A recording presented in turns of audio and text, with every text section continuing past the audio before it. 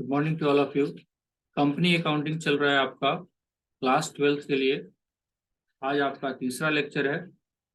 आज सबसे पहले कल का जो कॉन्सेप्ट हम लोग किए थे उसके बेस पे एक इलस्ट्रेशन देखेंगे, फिर फर्दर हम लोग कुछ थ्योरेटिकल कॉन्सेप्ट करेंगे ताकि आप एकदम से थ्योरी में उलझ के बोर ना हो जाए। तो चलिए, आज आपके बुक का जो एक क्वेश्चन है उसको सबसे पहले करने का कोशिश करते हैं। एक बार आपको स्क्रीन अगर दिखे तो कंफर्म करिएगा। यहाँ सर स्क्रीन दिखना शुरू हुआ। एक इलस्ट्रेशन है आपका, illustration number 1, right. I think आपको दिखना शुरू हो गया होगा। पहले इस यस। इलस्ट्रेशन और इसको कल के कॉन्सेप्ट के बेस पे इसको अप्लीकेबल करने का कोशिश की। क्वेश्चन है द ऑथोराइज कैपिटल। देखिए ये वर्ड यूज हुआ। अगर कल हम लोग डिस्कस नहीं करते तो पता नहीं चलता कि ऑथोराइज कैपिटल क्या होता है। The authorise capital of Ruchi limited is rupees, ये रुपीज फॉर्म में, ध्यान से देखिएगा, rupees 50 lakhs, right, divided into 50,000 equity share of rupees 100। तो कैसे बना बात? 50,000 शेयर्स है और एक शेयर्स का कितना दाम है? 100 रुपया, और टोटल हो गया आपके पास 50 लाख। ये क्या है आपका? Authorise capital. ठीक है जी। क्वेश्चन बोल रहे हैं, out of this company has issued 30,000 equity share, right. Issue कितना है? 30,000, राइट। तो इस इक्विटी शेयर्स में से टोटल आपका 30,000 शेयर्स जो है वो इश्यू है। तो अन इश्यू कितना हो गया? कल हमने डिस्कस किया था 20,000 शेयर, जो कि अभी तक इशू नहीं है, अन इशू। ठीक है जी। चलिए, तो अगर हम इसको लिखते चले आपके सामने तो यहाँ पे बात कैसे बनेगी वो देखते चलिए। ऑथोराइज कैपिटल कितना है? ऑथोराइज कैपिटल का कुछ सीन ऐसे बन रहा है, 50,000 share at the rate of 100 each, amount हो गया 50 लाख। क्वेश्चंस में बोला इशूड कैपिटल, इशूड कैपिटल बोल रहा है 30,000 शेयर्स ओनली। क्या ये सही है? ऐसा हो सकता है, हाँ। ये 30,000 जो है ये 60,000 नहीं हो सकता, क्योंकि ये जो है इससे कभी भी ज्यादा नहीं हो सकता, राइट। 100 30 लाख, ये हो गया इशू। अब कोई जरूरत थोड़ी है सारा का सारा पब्लिक खरीद ही ले। चलिए बढ़ते हैं आगे। The public applied 27,000 equity share, बस, and all money was duly received, right. तो पब्लिक ने कितना सब्सक्राइब किया? सब्सक्राइब कैपिटल, हमने 30,000 शेयर इशू किया था, पब्लिक ने उसमें से 27,000 शेयर ही खरीदा। 27,000 share at the rate of 100 each, 27। अब सवाल है हमने कितना मांगा? होल्ड अप कैपिटल क्वेश्चंस में नहीं बोला है, लेकिन पेड अप कैपिटल बोला है क्वेश्चन। वो कितना बोला है क्वेश्चन देखिए। कह रहा है कि and all the money was duly receive, यानी कि पेड तो हो गया, राइट। तो पे हो गया तो जाहिर सी बात है, अगर 27,000 शेयर्स पे आपका पेमेंट हो गया 27 लाख, राइट, तो जाहिर सी बात है हमने कॉल्ड भी उतना ही किया होगा तभी पे हुआ, राइट। अब सीधा सीधा सवाल ये है, थोड़ा सा ध्यान से देखिएगा, क्योंकि बैलेंस शीट का प्रेजेंटेशन पूछ रहा है। आप ध्यान से देखिए क्या कहता है। कि how will you show the share capital in the balance sheet of the company, also prepare notes to the account for the sale. ये आपका रिक्वायरमेंट है। तो सबसे पहले हमको ये देखना है, अगर हम ध्यान से देखें, क्या इसमें हमको कैश आया क्या, सवाल है ये। आंसर इज नो, क्योंकि यहाँ पे भी कैश नहीं आएगा। यहाँ पे भी आपको कैश या बैंक आएगा क्या? Answer is no. क्या यहाँ पे भी कैश आएगा? Answer is no. क्या यहाँ पे कैश आएगा? Answer is no. क्या यहाँ पे कैश आएगा? Answer is yes. तो जैसे ही कैश आएगा इसका एंट्री भी हम लोग देखेंगे आगे चल के। लेकिन अगर सिंपल सा बात है तो कैश अकाउंट डेबिट तो होगा, कैश में आएगा तो कैश, बैंक में आएगा तो बैंक, डेबिट तो होगा, राइट। नीचे जो होगा वो होगा इक्विटी शेयर कैपिटल। अमाउंट आपके पास अवेलेबल है 27 लाख।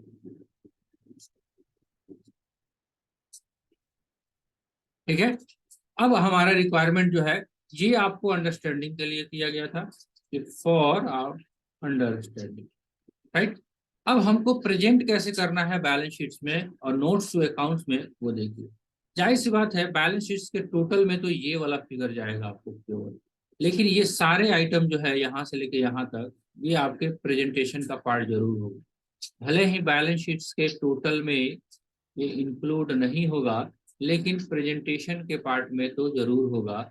और ये फिगर जो है बैलेंस शीट्स के टोटल के पोर्शन में आपको जाएगा। देखिए कैसा प्रेजेंटेशन दिखता है, ध्यान से देखिए इसके ऊपर। ये देखिए यहाँ पे वर्ड यूज किया है एक्सट्रैक्ट, वो इसलिए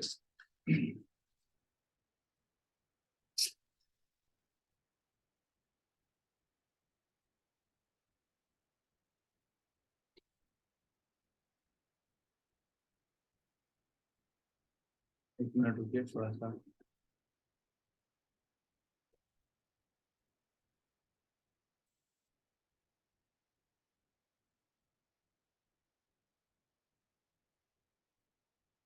यहाँ पे वर्ड यूज किया गया है आपको एक्सट्रैक्ट। एक्सट्रैक्ट का मतलब ये होता है ये कंप्लीट बैलेंस शीट नहीं है रुचि लिमिटेड का।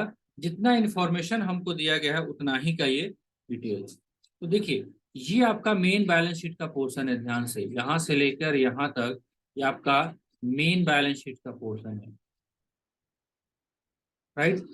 क्योंकि बैलेंस शीट बहुत लंबा ना हो जाए तो यहाँ पे एक फॉर्मेट दिया गया है आजकल कंपनीज एक्ट में, एक आपका पार्टिकुलर रहेगा। और ध्यान से देखिए ये वर्टिकल फॉर्मेट को डिजाइन कर रहा है, ये हॉरिजॉन्टल नहीं है प्रोप्राइटरशिप का, ये वर्टिकल फॉर्मेट है, राइट। तो पार्टिकुलर और एक आजकल नया ट्रेंड है कि नोट नंबर 1 दे दिया जाए, क्योंकि ये फिगर यहाँ आएगा 27 लाख, राइट। तो एक नंबर नोट से हमको जाके देखना है ताकि डिटेल्स जो है वहां पे रहेगा, ये अलग रहेगा, बैलेंस शीट्स के फेस पे नहीं रहेगा। और जैसा कि आपने कैश फ्लो पढ़ा, कंपनी का फाइनल अकाउंट पढ़ा, वहां पे आपको पता था कि कंपनी के बैलेंस शीट्स का प्रेजेंटेशन जो है साइमल्टेनियसली 2 ईयर्स का कंपेरिजन के साथ जाता है। तो ये amount of current year and amount of previous year, तो चूंकि कंपनी नई खुल रही है तो प्रीवियस ईयर में फिगर नहीं रहेगा। और ये मैंने आपको बताया शेयर कैपिटल ए में, और इसका नोट नंबर 1 है 27 लाख, तो आएगा टोटल के पोर्शंस में। लेकिन प्रेजेंटेशन देखिए, प्रेजेंटेशन आपको क्या कर रहा है, share capital authorise capital 50,000 share, 100 is 50 lakh. और यहाँ पे देखिए लाइन खींच दिया, इसका मतलब बैलेंस शीट के टोटल में ये नहीं जाएगा, राइट। उसके बाद इश्यूड कैपिटल 30,000, क्वेश्चन बोला आपको, 100 इज 30,000, ये भी टोटल में नहीं जाएगा। Subscribe and fully paid up को एक ही साथ ऐड कर दिया, बिकॉज सब्सक्रिप्शन भी उतना ही हुआ है और होल्ड अप भी उतना ही हुआ है, पेड अप भी उतना ही हुआ। आप चाहे तो तीनों को अलग अलग लिख सकते हो, अगर सेम अमाउंट है तो आप एक साथ भी लिख सकते हो। कितना शेयर है? 27,000 शेयर, 10 इंच का 27,000, ये बैलेंस शीट के टोटल में जाएगा। और यही यहाँ से रेफर कर रहा है, ये नोट्स टू अकाउंट है, ये है आपका note to account number 1, right. चलिए यहाँ पे आपको समझाने के लिए यहाँ पे लिख दिया गया कि subscribe but not fully paid up. क्या कहता है? Shares are said to be subscribe but not fully paid up under the following 2 situation. ऐसा इस सिचुएशन में नहीं है, when company has called up the full nominal value of share but shareholder has not paid the some part of the nominal value of share. तो यहाँ पे हमारे पास ये सिचुएशन नहीं आ रहा है कि हमने कॉल किया और पैसा नहीं आया। ठीक है, तो एक छोटा सा एग्जांपल आपको जो कल का कॉन्सेप्ट कराया गया था, जिसमें हम लोगों ने आपको अपने बुक से भी देखिए कि शेयर कैपिटल के बारे में आपको काइंड्स ऑफ शेयर कैपिटल बताया गया। उसमें क्या क्या था? ऑथोराइज, रजिस्टर्ड या नॉमिनल, अभी कल हमने डिस्कस किया था डिटेल में। इशूड कैपिटल, सब्सक्राइब्ड कैपिटल, है ना, subscribe and fully paid up capital. I think थोड़ा सा आइडिया आपको लगना जरूर शुरू हो गया होगा। ये बात मान के हम चलें कि कुछ सा आइडिया लगना शुरू हुआ। तो हमने पूरा का पूरा जो डिटेल्स किया था उसमें हमने आज के कॉन्सेप्ट के हिसाब से एक एग्जांपल भी हमने देख लिया, राइट। चलिए, अब एक नोट्स अपने पास अवेलेबल है। इस नोट्स को अगर देखें तो एक एग्जांपल मैंने आज करवा दिया, आगे का एग्जांपल आप करिए तो कुछ थ्योरेटिकल बातें और भी हो जाए 5-10 मिनट लगा के, ताकि आगे का कॉन्सेप्ट भी हमारे को देखिए। इसमें एक एक वर्ड का मीनिंग है, क्योंकि ये लॉ के तहत आप अकाउंटेंसी करने जा रहे हो, इसलिए, राइट। तो अगर हम नोट्स के हिसाब से ही बात करें तो कुछ कुछ बातें हम लोगों ने की हुई है, राइट। जैसे हमने देखा था कि कंपनीज क्या है, इसको मतलब थोड़ा सा समझा हमने, राइट। ये वाला क्वेश्चंस कर लिया था हमने। कंपनीज क्या है? कंपनीज का मतलब ही है कि ऐसा कोई ऑर्गेनाइजेशन जिसका फॉर्मेशन एंड रजिस्ट्रेशन हुआ है कंपनीज एक्ट में और एनी अदर प्रीवियस एक्ट में, जो कि हमने कल बताया भी था आपको कि कंपनी एक्ट 1956। ठीक है, अब थोड़ा सा अगर आप मेंटली प्रिपेयर हैं तो इसको थोड़ा सा चीर फाड़ किया जा सकता है, ताकि एक जिस्ट आपके दिमाग में आना बहुत जरूरी है। नहीं तो क्या होता है, आम बोलचाल की भाषा में भी लोग बोलते हैं कि हम कंपनी में काम करते हैं, मेरा कंपनी चल रहा है ना। बहुत सारे लोगों को देखेंगे आप अपने वर्ड भी यूज करते हैं, राइट। ठीक है जी। तो फिलहाल अगर इस सारी चीजों को दूर करना है हम लोगों को, तो थोड़ा सा और हमको इसके बेसिक बातों को समझना पड़ेगा, राइट। चलिए एक बार और कंफर्म करिए, मेरा सिस्टम बता रहा है कि लो सिस्टम रिसोर्स में affected your audio quality, try closing some application to improve performance. चलिए, क्या आपको साउंड नहीं आ रहा है क्या मेरा प्रॉपर? एक बार आ रहा है? Yes sir. चलिए, अब थोड़ा सा इस कंपनीज एक्ट के कारवा को अगर आगे हम बढ़ाएं तो यहां तक हमने बात किया, फिर से इसको दोबारा से रीड करिए। क्या कहता है ये कह रहा है कि as per this definition of law there must be a group of person. जाहिर सी बात है, ग्रुप ऑफ पर्सन होंगे who are agree to form a company under the law and, ये ध्यान से देखिएगा, वंस फॉर्म, एक बार कंपनी बन गई, it's becomes a separate legal entity. Separate legal entity क्या मतलब है इसका? देखो, सेपरेट लीगल एंटिटी मान लेते हैं ये आप हो और ये मैं हूं, दो लोग काफी है कंपनी बनाने के लिए, बना सकते हैं, राइट। तो ये आप हो और ये मैं हूं, आप और मैं दोनों मिलकर एक कंपनी बनाते हैं, उस कंपनी का नाम रखते हैं AM लिमिटेड, राइट। तो एक बार कंपनी जब हमने बना दिया तो ये क्या कह रहा है, सेपरेट लीगल एंटिटी कह रहा है, यानी कि इसका अलग वजूद होगा, ये अलग पर्सन होगा, ये अलग पर्सन है, ये भी अलग, तो आप भी अलग पर्सन हो और ये भी, मैं भी अलग पर्सन हूं। अब आप सोचोगे कि सर, पर्सन तो उसको बोलते हैं जो बोल सकता है, सुन सकता है, समझ सकता है, तो कंपनी कैसे बोलेगी? जाहिर सी बात है, नहीं बोलेगी। तो इसीलिए ये पर्सन तो है, ये लोग भी पर्सन है, ये लोग हैं आपके लाइव पर्सन, लेकिन ये है आपका आर्टिफिशियल पर्सन, राइट। क्या फर्क पड़ रहा है सेपरेट लीगल एंटिटी का? इधर हमारा पैन कार्ड अलग है और इस कंपनी का पैन कार्ड अलग होगा। मतलब हमारे और इसके बीच में एक दीवार खड़ी कर दी गई, जो दीवार टूटेगी नहीं, दीवार टूटती नहीं है, राइट। एक कॉर्पोरेट वेल लगा दिया गया, एक कर्टेन पर्दा लगा दिया गया कि देखिए कंपनी के ऑनर एंड इट्स डायरेक्टर अलग रहेंगे, कंपनी अलग रहेगी। कंपनी बिकॉज आर्टिफिशियल पर्सन है, ये ना सुन सकती है ना बोल सकती है, लेकिन इसको मैनेज कर सकते हैं ये दोनों लोग या इनके अलावा भी जो ग्रुप ऑफ पर्सन होंगे। तो यहाँ पे मतलब यही है कि एक बार अगर कंपनी बन गई, once form, it's become a separate legal entity. Separate legal entity, अलग हो गई, बिल्कुल अलग। तो मैं और आप अलग, हमारा घर अलग है, कंपनी का काम अलग है, तो कंपनी के हिसाब से। अब क्या फर्क पड़ रहा है इस वर्ड का, देखिए, having, perpetual succession. Perpetual succession, ये वर्ड कभी सुना नहीं होगा आपने। हालांकि बहुत डिटेल में इस लेवल पे हमको करने की जरूरत भी नहीं है, लेकिन मेरा मानना है कि अगर आप कंपनीज पढ़ रहे हैं, पता नहीं आगे कॉमर्स पढ़ोगे नहीं पढ़ोगे, अगर कंपनीज एक्ट का अकाउंटिंग ही पढ़ा, हम लॉ नहीं पढ़ाने बैठे हैं यहाँ पे, क्योंकि आपका कॉन्सेप्ट है, आप ध्यान से देखेंगे जो आपका चैप्टर का हेडिंग है कंपनी अकाउंटिंग, कंपनी का लॉ नहीं पढ़ना है, हमें पढ़ना है company accounting. But company accounting को पढ़ने के लिए भी हमको जो उससे रेलेवेंट जो कॉन्सेप्ट है उसके लॉ के बारे में तो जानकारी।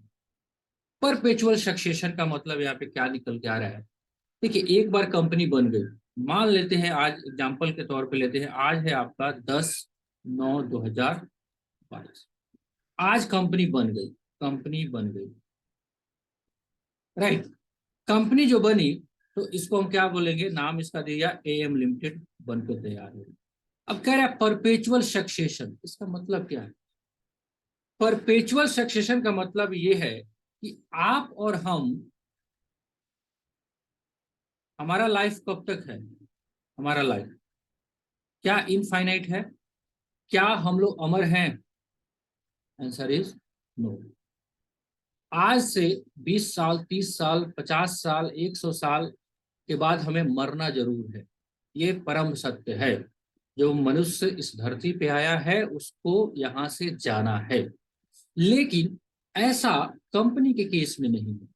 एक बार ये कंपनी बन गई, इसका लाइफ जो है इनफाइनाइट हो सकता है। जब तक इसको आप बंद नहीं करोगे तब तक ये चलते रहे।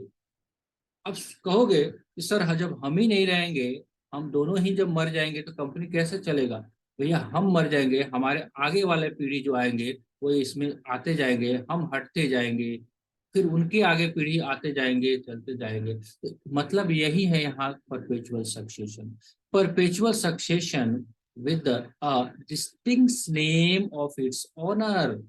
ए अलग था, एम अलग था, और एम लिमिटेड अलग है। एंड कॉमन सेल, इसका एक अलग नाम होगा, इसका अलग एक पहचान होगा। Its existence is not affected by change of member, है ना। मेंबर्स में कम, मेंबर्स में गो, कंपनी गो फॉरएवर। बहुत अच्छा जुमला है इसका। मेंबर्स में कम, मेंबर्स में गो, बट कंपनी गो फॉरएवर। एक एग्जांपल लेते हैं, ऐसा एग्जाम्पल मान लेते हैं, अभी हम लोग आज ही कंपनी बना रहे हैं और आपको क्लास भी करा रहे हैं, आप अपने घर पे हो, हम अपने घर पे हो, कंपनी बन के तैयार हो गया एएम लिमिटेड। लेकिन अचानक अभी क्या हुआ, भूकंप आया और आपका घर भी तबाह हुआ, मेरा घर भी तबाह हुआ, आप वहां पे डेथ कर गए, मैं यहाँ पे डेथ कर गया, क्या कंपनी भी बंद हो जाएगी? आंसर इज नो, क्योंकि इसमें दूसरे मेंबर्स भी आके इस कंपनी को खड़ा कर सकते हैं। तो हम लोग लाइव पर्सन है, हमारा लाइफ जो है एक सर्टेन पीरियड के लिए लिमिटेड है। जो गॉड है उन्होंने डिसाइड कर दिया है कि जा तू इतना दिन तक धरती का सुख भोगो या नरक भोगो, जो समझो, राइट। बट कंपनी जो है वो ऐसा नहीं। तो दोबारा से इस कॉन्सेप्ट को थोड़ा सा मैंने डिटेल में फ्रेमवर्क करने की कोशिश किया, थोड़ा सा प्रैक्टिकल एस्पेक्ट को देखना है। तो कंपनी जो क्या है, एक सेपरेट लीगल एंटिटी है जिसका परपेचुअल सक्सेशन है, जिसका एक अलग नाम है, जिसकी एक अलग कॉमन सील है यानी कि पहचान है, और इसका कोई फर्क नहीं पड़ता है इसके जो अंदर जो आदमी है आएंगे जाएंगे, है ना। हर किसी का यहाँ पे है आना जाना, ये है सनम खाना। ऐसा एक गाना सुना होगा आपने। तो ये धर्मशाला की तरह आप कह सकते हो कि ये पृथ्वी तो है नाश्वर है, हम लोग आएंगे जाएंगे सेम लाइक कम। इतना बात समझ में आ रहा है आपको? यस और नो? यस सर, लेकिन बुक में एक और इसका फीचर्स दिया हुआ है। बहुत सारे फीचर्स सर, है। देखिए, दो फीचर्स अगर और है। बहुत सारे फीचर्स है, मैं आपको वन बाय वन देखो। मैंने क्या बोला आपको? आप बुक उठाओगे, बुक का हेडिंग देखिए। बुक का हेडिंग क्या है? Accounting for companies. ये अकाउंटिंग कर रहे हो, बट कंपनीज एक्ट 2013 और इससे पहले कंपनीज एक्ट 1956, इंडिया का एक one of the largest law था, है ना।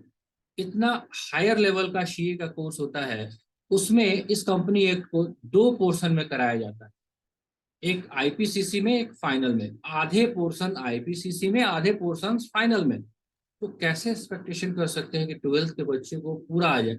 मैं आपको क्या बोल रहा हूँ, कंपनी एक अपने आप में अंबार है। मैंने तो आज एक एग्जांपल आपको टच किया, फिर थोड़ा सा थ्योरी पे आया। नहीं तो कम से कम 15 लेक्चर लगे तब जाके पूरा थ्योरी हो। जितना कर रहे हो उतना करिए, धीरे धीरे, क्योंकि इसमें इतनी सारी बातें हैं कि मेरे दिमाग में भी एट सर्टेन टाइम पे वो सारा का सारा नहीं है। देखिए फीचर्स अभी आपने बोला, अभी और भी फीचर्स है, लगे हाथ कर ही लेते हैं। क्या क्या फीचर्स है? इनकॉर्पोरेटेड एसोसिएशन हो गया कंपनी। इसको बनाना पड़ता है, अपने आप नहीं होता है, right. Company is a artificial person which is created by law. Law कौन सा है? आज के टाइम में लॉ है company act 2013, right. Separate legal entity, ये भी मैंने आपको डिस्कस किया। कंपनी कैन कॉन्ट्रैक्ट स्यू, मतलब केस कर सकती है, and can be issued in in in its incorporated name. हमारे एग्जांपल में कंपनी का नाम हमने रखा था एम लिमिटेड, तो एम लिमिटेड के नाम से काम कर सकती है। इसको कोई जरूरत नहीं है राकेश, इसको कोई जरूरत नहीं है तुलसी के नाम से करने का। इनकॉर्पोरेटेड नेम एंड कैपेसिटी, भले ही इसको चलाएंगे राकेश और perpetual existence. The existence of the company is not affected by the death or change of its member. चाहे हम लोग इधर से हट जाए या मर जाए, इसका परपेचुअल एग्जिस्टेंस खत्म नहीं होता। Common seal, the common seal is affixed on the all the documents of the by the person authorized to do so, right? एक और भी इंपॉर्टेंट आ रहा है बात, तो डिस्टिंग। एफिक्स का मीनिंग क्या होता है? क्या? एफिक्स का मीनिंग कॉमन सेंस में जो एफिक्स का दिया है। मतलब चिपकाना, लगाना। मोहर देखा है आपने कभी? कभी मोहर देखा हो? मोहर यस सर। प्रेस में बना के लाते हैं मोहर, प्रोप्राइटरशिप का, पार्टनरशिप का। वो मोहर को उठाए किसी कागज पे ठप्पा लगाओगे ना, तो उसको एफेक्शन बोलते हैं। एफिक्स का मतलब चिपकाना, उस पर स्टैंपिंग करना, ऐसा मान लो एफिक्स। द कॉमन सील, जो सील रहेगा उसको कहीं ना कहीं लगाओगे ना कागज पे, तभी दिखेगा ना। कोई डॉक्यूमेंट जो बनेगा उस पर आपको चिपकाना है, राइट। ठीक है, चलिए एक और भी चीज निकल के आता है, distinction between its ownership and management. अब ये भी एक इशू है इसमें, मैं आपको रूबरू कराने की कोशिश करता हूं जितना करा सकता हूं। पहले पढ़ लेते हैं क्या है। कहता है the ownership best with the shareholder where it's run by direct. अब देखिए, थोड़ा सा और भी देख लीजिए क्या है। एक वर्ड आया शेयर होल्डर, तो शेयर होल्डर कौन था? शेयर होल्डर कौन था? कंपनी का ओनर। का पूरा कैपिटल है। इसके कुछ पोर्शंस को जो होल्ड करते थे, कुछ पोर्शंस को हम क्या करते थे? शेयर्स। और शेयर्स को होल्ड करने वाले को हम क्या बोलते थे? Share holder. होल्डर। मतलब आम बोलचाल की भाषा में बोले तो इसको हम लोग बोलते थे मालिक, ओनर। बोलते थे कि नहीं बोलते? अब एक सिचुएशन लीजिए कि मान लेते हैं अगर दो ही शेयर होल्डर हैं, एक आप हो एक मैं हूं, दो ही हैं, हो सकते हैं, आराम से हो सकते हैं, तब तो कोई इशू नहीं है। दो लोग बैठ के बातें करेंगे, और कंपनी का काम करेंगे, क्योंकि दोनों को सहमति से होगा। कंपनी मेरा नहीं है ना आपका है, हम दोनों का है, तो हम दोनों जो तय करेंगे वही होगा।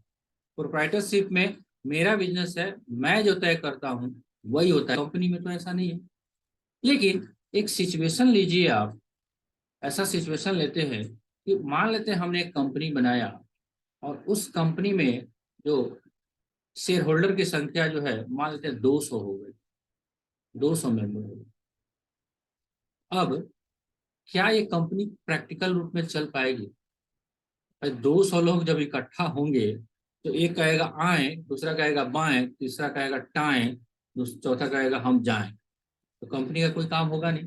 क्योंकि दो लोग में तो आपसी मत सहमति करना मुश्किल होता है, और 200 लोग मिलेंगे तो 200 लोग को मिलने के लिए पहले जगह चाहिए। तो पता चलेगा कंपनी का बैंक में खाता खोलना है, 200 लोग इकट्ठा हो रहे हैं। भाई अब 200 इकट्ठा होंगे तो चाय बनेगा, है ना, तो कंपनी का बंटाधार हो जाएगा। तो एक इसका सॉल्यूशन ढूंढा गया। और बहुत सारे लोग उतने इफेक्टिव भी नहीं होंगे, इस 200 में इफेक्टिव भी नहीं होंगे कि वो कंपनी को चला भी सके। तो होता क्या है कि ये 200 लोगों में से जो शेयर होल्डर हैं, ये मालिक ही हैं, ये शेयर होल्डर है, ये लोग आपस में कुछ लोगों को इलेक्शन कर देते हैं, इलेक्टेड कर लेते हैं। वो इसमें से भी हो सकते हैं और बाहर के लोग भी हो सकते हैं। मान लेते हैं कि 4 लोगों को इलेक्टेड कर और इनको ऑथोराइज कर दिया कि चलो भैया आप जो है ना इस कंपनी का काम देखो। राइट, तो ये जो 4 लोग हैं इसको हम लोग कहते हैं डायरेक्टर। डायरेक्टर ये मालिक हो भी सकते हैं, नहीं भी हो सकते हैं, पर डायरेक्टर हो गए तो ये कंपनी के हो गए एम्प्लॉय। कंपनी का काम काज देखेंगे, इनको ऑथोराइज कर दिया गया। हाँ, ये रिस्ट्रिक्शन जरूर है कि कुछ काम जो है वो मेंबर्स ही करेंगे आपस में मीटिंग करके, और कुछ काम जो है, मोस्टली काम जो है डायरेक्टर को ऑथोराइज करेंगे।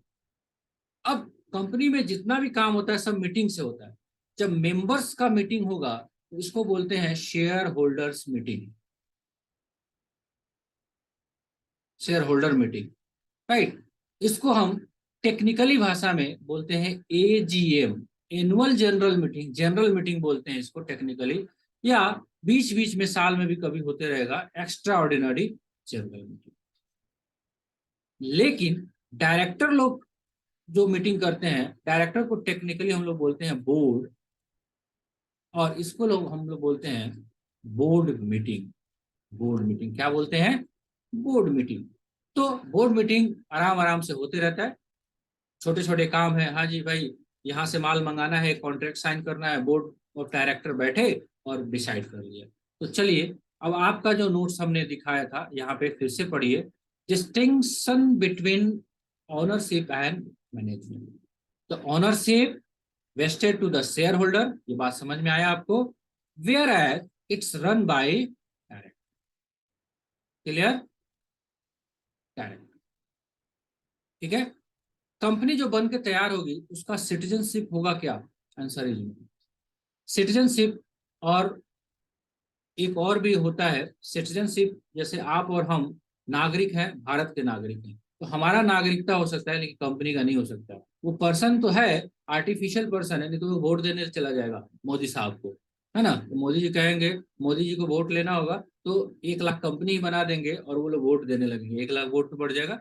तो ऐसा नहीं है। तो कहता है company does not enjoy citizenship right and duty as if not a natural person. Right. अब बुक्स ऑफ अकाउंट तो सबको मेंटेन करना ही होता है, तो ये भी बुक्स ऑफ अकाउंट मेंटेन करेंगे। राइट। और सिंपल और सबसे इंपॉर्टेंट बात देखिए क्या है, periodic audit. Company is required to get its accounts periodically audit by CA. काम हो ना हो, प्रोप्राइटरशिप में होता है कि काम नहीं होगा, ट्रांजेक्शन नहीं होगा तो आपका ऑडिट नहीं होगा। लेकिन कंपनी के केस में आपका काम शुरू हो रहा है, नहीं हो रहा है, हर साल आपको सीए से ऑडिट कराना है, सीए चार्टर्ड अकाउंटेंट। इसीलिए लोग चार्टर्ड अकाउंटेंट की तैयारी भी करते हैं और बहुत सारे कंपनियों का ऑडिट भी करते हैं। ठीक है जी। 2-3 और छोटे छोटे पॉइंट है वो भी देख लीजिए। Rights to access information, obviously बात है, जितने भी शेयर होल्डर हैं, 200 लोग मेंबर है, has right to access information and inspection of books of account. Obviously बात है भाई, मालिक है तो बुक्स ऑफ अकाउंट तो देखेगा ना, कि क्या कंपनी का आ रहा है, जा रहा है, etcetera etcetera, right. Transferability of shares, जो एक बार आपने शेयर्स को होल्ड किया, जैसे मैंने इस कंपनी में शेयर्स लगाया और खरीद के रखा, क्या वो ट्रांसफरेबल है? Of course. मुझे लगता है कि मैं इस कंपनी में नहीं रहना चाहता, मैं इस शेयर्स को किसी और को पकड़ा के चला जाऊंगा। The shares of the company are freely transferable, right. जो आप स्टॉक एक्सचेंज में शेयर खरीदते हो ना, शेयर मार्केट में, वहां से किसी कंपनी का शेयर खरीदते हो, आप मालिक हो गए, फिर आपने बेच दिया, आप मालिक खड़े गए, राइट। लिमिटेड लाइबिलिटी, ये कल ही डिस्कस किया गया था कि इसमें लाइबिलिटी जो है ईच शेयर होल्डर का जो है क्या रहता है, वो कितना एक्सटेंड तक, to the extend issue price, जितना आपका शेयर्स का दाम है, जैसे हमने अभी एग्जांपल किया उसमें 100 रुपया था, तो 100 रुपया तक ही लिमिट रहेगा। अगर कंपनी को नुकसान होता है तो मैंने एक शेयर परचेज किया 100 रुपये का, तो मेरा वो उतना ही डूबेगा। नुकसान होने वाले व्यक्ति का वो मेरे पास नहीं आएगा कि अरे आपके पास तो बहुत महंगा अटारी है, आप 100 रुपया तो लगाए थे कंपनी में, कंपनी को नुकसान हो गया और भी आप मुझे दे दो, ऐसा नहीं। ठीक है, तो आज आई थिंक इतना रहने देने देते हैं। कल जो है आप क्वेश्चंस जो एग्जांपल है करिए, तो कल यानी कि नेक्स्ट क्लास में आपका ये इंपॉर्टेंट टॉपिक डिस्कस होगा, टाइप्स ऑफ कंपनी। भांति भांति प्रकार की कंपनियां भी होती हैं इंडिया में, तो थ्योरेटिकली जानना जरूरी है। अकाउंटिंग ट्रीटमेंट इसका बहुत कुछ नहीं है, जैसे आपका stationery company, government company, foreign company, holding company, subsidiary company, इस सारे वर्ड को हम लोग डिस्कस जरूर करेंगे। Public company, private company, OPC, listed, unlisted, right. उसके बाद हम लोग चलेंगे तो देखेंगे टाइप्स ऑफ शेयर्स भी हैं, equity share capital, preference share capital. क्योंकि आपने एग्जाम्पल जब देखा यहाँ पे, इस एग्जाम्पल में आपके पास जो वर्ड यूज किया गया था वो इक्विटी शेयर, यानी कि कुछ और भी शेयर्स होते हैं, एक होता है प्रेफरेंस शेयर। देखेंगे, समझेंगे उसके बारे में। ठीक है जी। तो ये सब झूला जो झूल रहा है ना, सब सब नोट्स धीरे धीरे आप पेशेंस बना के रखिए। एक बार जैसे ही मैं थ्योरेटिकल कॉन्सेप्ट बंद करूंगा, उस टाइम आप पूछना, अगर कुछ रह जाता है तो उसको हम लोग डिस्कस जरूर करें। ठीक है, चलिए। तो आज के लिए काफी मसाला मटेरियल हो चुका है। आप वीडियो को, इस कंपनीज एक्ट के वीडियो को थोड़ा सा रिमाइंड कर करके जरूर देखते रहिएगा, ताकि आपको थोड़ा सा कॉन्सेप्चुअल नॉलेज हो सके, तब जाके प्रैक्टिकल एस्पेक्ट पे चलोगे। मैंने बोरिंग को दूर करने के लिए बीच में एक एग्जांपल भी करवा दिया, हालांकि कर सकते थे वो कल के लेक्चर से भी। ठीक है, चलिए। ठीक है, आज के लिए काफी है इतना। कल हम लोग मिलते हैं नेक्स्ट लेक्चर में। तब तक enjoy yourself, good day to all of you.